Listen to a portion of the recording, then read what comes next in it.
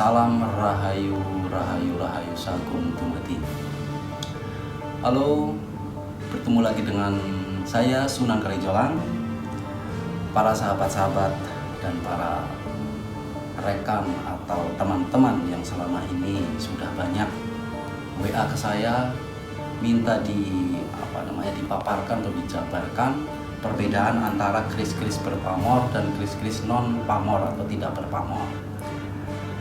Jadi malam ini saya akan bikin konten sesuai janji saya. Konten sebelumnya itu bahwa saya akan menjelaskan jenis keris yang satu ini adalah jenis keris tanpa pamor atau biasa orang sebut itu keris kelengan.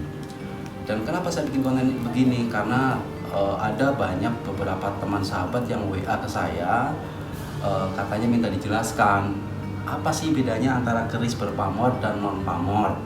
Nah di sini mari kita sama-sama kupas bareng, kita belajar bareng, kita perjelas apa sih keris non pamor dan pamor, yang membedakan tuh apa.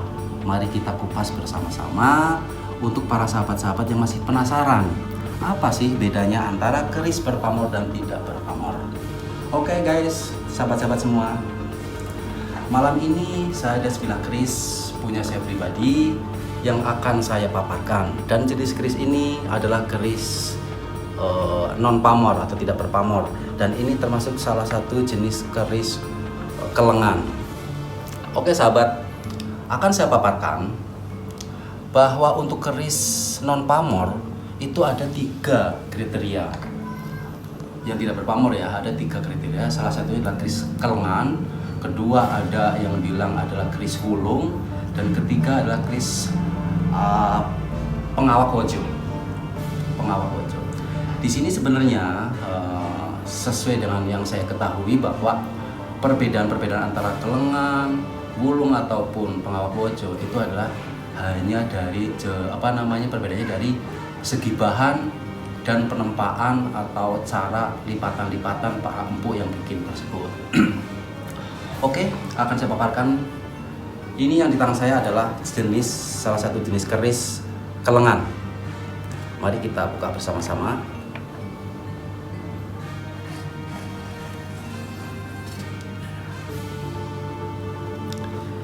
Kenapa disebut keris kelengan? Karena ini bahannya adalah, ini termasuk brojol ya, non look, tidak berlook, brojol. Ini bahan dasarnya adalah besi khusus ya, bukan besi ecek-ecek walaupun bukan besi khusus untuk keris. Dan di sini dia pure, murni besi, tidak ada campuran apa-apa, dan dari lipatan-lipatannya pun dia sistem tempa gitu. Ini salah satu kelengan. Nah, untuk membedakan antara kelengan dengan wulung, kalau yang jenis wulung itu sama seperti ini, tidak berpamor. Tapi memang untuk kelengan atau wulung ataupun pengawak wojo itu juga ada yang look. Kebetulan yang saya bawa ini adalah non look, jadi yang brojol, jenis brojol ya. Nah ini kelengan. Kalau yang wulung itu bahannya itu besi, ada sedikit campuran juga macam sejenis mungkin kayak meteor atau baja atau apa gitu. Nah dia sistem lipatan, waktu pembikinan itu lipatan penempaannya itu agak sedikit beda dengan yang kelengan, sehingga kalau keris yang berjenis wulung itu tidak murni seperti ini.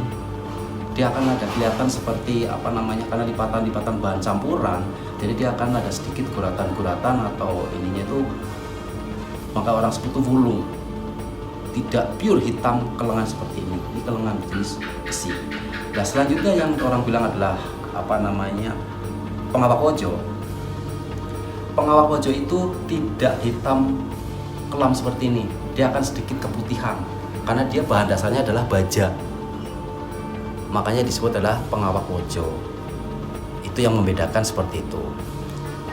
Oke guys, akan saya paparkan mengenai filosofinya. Filosofi keris kelengan, wulung ataupun pengawak wojo itu sedikit berbeda dengan keris-keris yang berpamor. Kalau berpamor itu kan biasanya untuk orang-orang pamor dan look segala macam itu, utamanya pamor lah ya, itu keris-keris yang untuk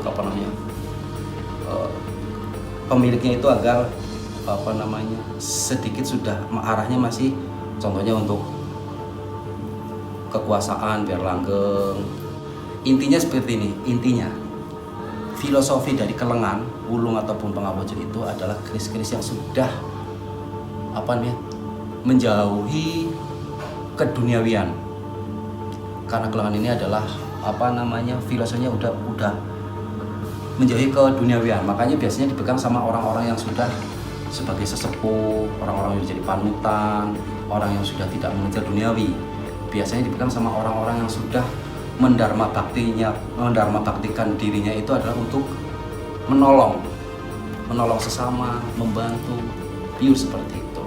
Bahkan ada juga filosofi di balik yang kelengan ini adalah untuk penolak bala, tolak bala. Jadi untuk tolak bala lah, untuk biar kita itu dilindungi lah ya, dilindungi dari Sang Maha Kuasa, bukan dari siapa-siapa, Sang Maha Kuasa atau Allah Subhanahu wa taala atau Tuhan Sang Pintu Mati segala macam. Itu untuk melindungi kita dengan pegangan keris penting. Jadi yang ingin saya paparkan, saya garis bawahi, bukan kodamnya atau yang bukan, tapi ini sebagai media saja. Bahwa kita setelah pegang keris-keris jenis seperti ini, kita sudah harus belajar pelan-pelan melepaskan keduniawian. Satu sisi bala-bala tersebut. Jadi seperti itu. Agar para sahabat tidak salah persepsi, bukan berarti keris ini untuk orang yang udah sakti atau kebal, bukan.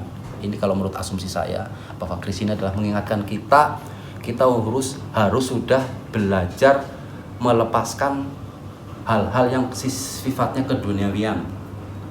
Jadi hidup kita pure, kita dharma baktikan untuk menolong sesama, membantu sesama, kita biar paham dengan alam sekitar kita ini, karena kita ini adalah bagian dari alam. Seperti itu.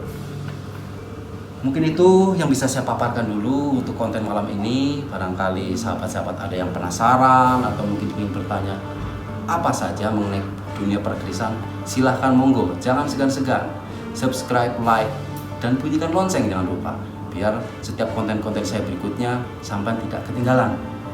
Terima kasih paparan untuk malam hari ini.